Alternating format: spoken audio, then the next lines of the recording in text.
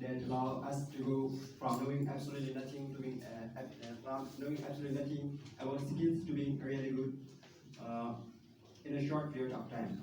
Then one's idea keeps coming up over and over and over again. It takes 10,000 hours to learn something. That's not true. And thank goodness that's not true. The order of magnitude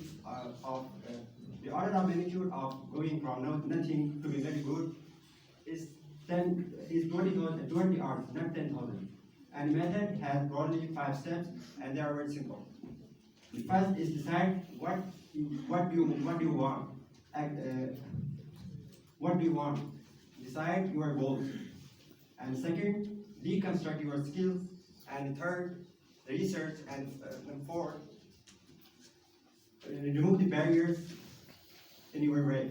And fifth and last is commit 20,000 hours of practice. And thank you.